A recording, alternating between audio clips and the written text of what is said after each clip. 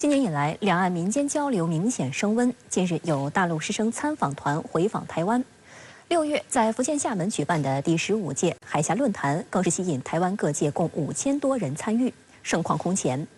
台湾国民党籍前民代时事评论员雷倩也以台湾中华妇女联合总会主任委员的身份出席论坛，并发表主旨演讲。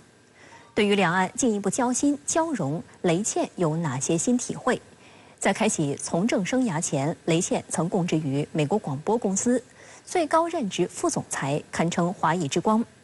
作为对两岸关系、中美关系都熟稔的资深岛内媒体人，雷倩怎么看当前的台海局势？来看特别策划《台海风云录》与雷倩对话。今年去的时候，其实是有很大的急迫感的，因为过去它就是一个非常可爱的民间交流，有非常广泛的人民彼此的互动，很可爱。但是今年台湾跟大陆居然会在列强的推波助澜之下，好像我们马上就兵凶战危，要进入战争。所以任何以和平交流为核心的这些会议呢，都非常重要。谈到不久前举行的第15届海峡论坛，雷倩仍然印象深刻，特别是习近平总书记致论坛的贺信，令他感慨万千。在我去以前，并不知道还有些什么布局，但是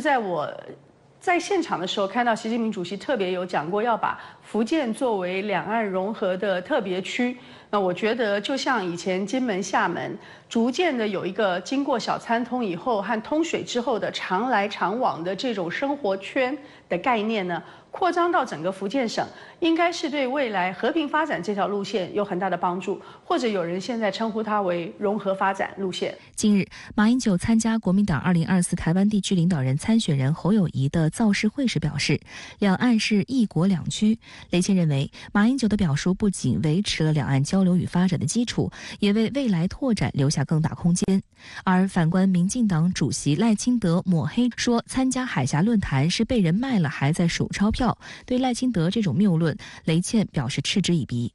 那我们仔细去检讨一下，在赖清德说被人卖了还在数钞票的时候，我常常觉得这句话要送还给他，因为我们可以看到美国跟中国大陆，尤其是当美国有求于中国大陆的是被人卖了，还在继续帮人数钞票以外，还在付钞票嘛，因为台湾在一而再再而三的买了许许多多的武器。所以赖清德不但是被人卖了，他还在帮人付钞票，这件事情他自己也需要检讨一下，因为你可以很明显的看出来，台独这个概念在美国的国家安全里面呢，是一个可运用的棋子，是一个英文叫做 opportunistic， 就是有机会的时候就可以用的一个棋子，而不是理念。这件事情相差非常遥远。至于即将到来的台湾地区领导人选举，雷倩认为，对于岛内选民来说，这将是一场关于选战兵凶战危的境地。近期岛内有声音呼吁重启两岸服贸谈判，雷倩认为这实际上传递出希望和平不要战争的呼声。但遗憾的是，民进党当局不要服贸，也不要大陆参加的 RCEP， 反而去抱美国大腿，倒贴美国，换取所谓的台美21世纪贸易倡议。实际上台湾产业界什么好处也得不到。对此，民进党实际上是心知肚明的。21世纪贸易倡议啊，就台美之间，这个呢，其实已经是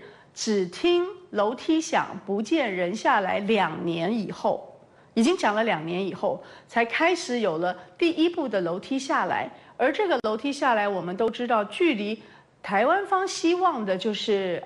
FTA 那种程度的合作啊，其实非常遥远。所以我觉得在2024的选举之前，赶快签一个倡议，就是要让台湾的人误以为已经有进展。相对比之下，当年的 ECFA 一开头就开放了给台湾非常多的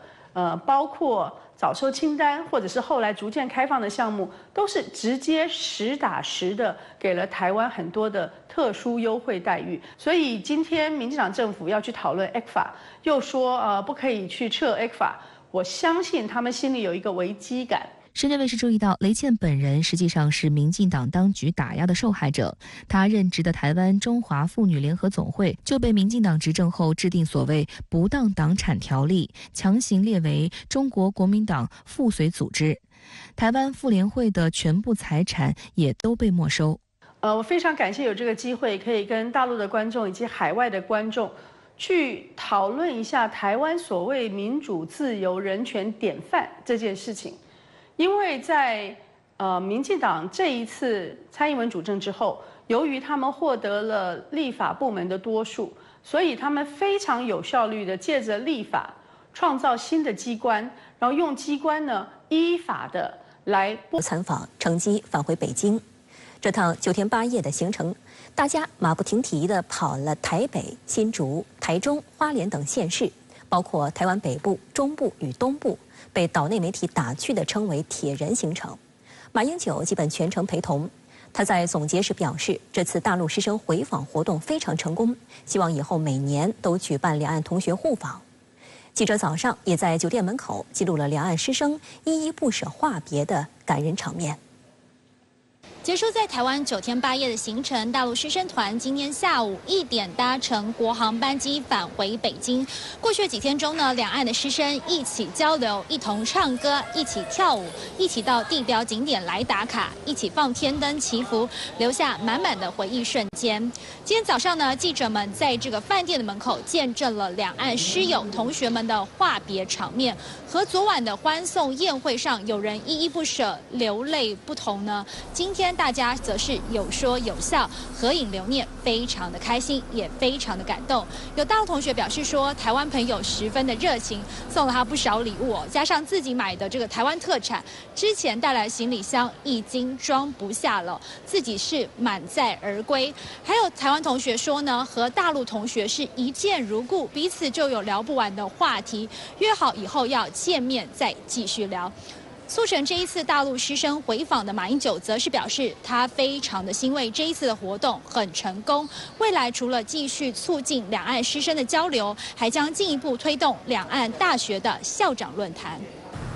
大陆师生团乘大巴前往机场前，有台湾中国文化大学的同学一早就赶来送行。他对记者表示，并非随团的台湾学生，而是与到访文化大学的湖南大学同学通过交流认识，结下了友谊。有湖南大学的同学则表示，大家友谊匪浅，因为自己买了太多伴手礼放不下，因此还拜托这位文化大学的同学帮忙采购行李箱。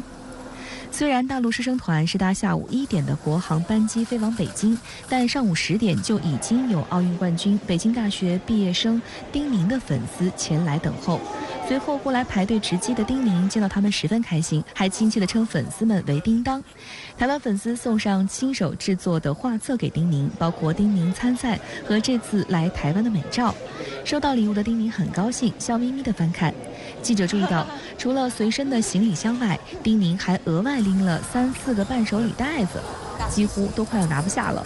在值机大厅，大陆师生团们与台湾同学们互赠签名、合影留念、拥抱道别。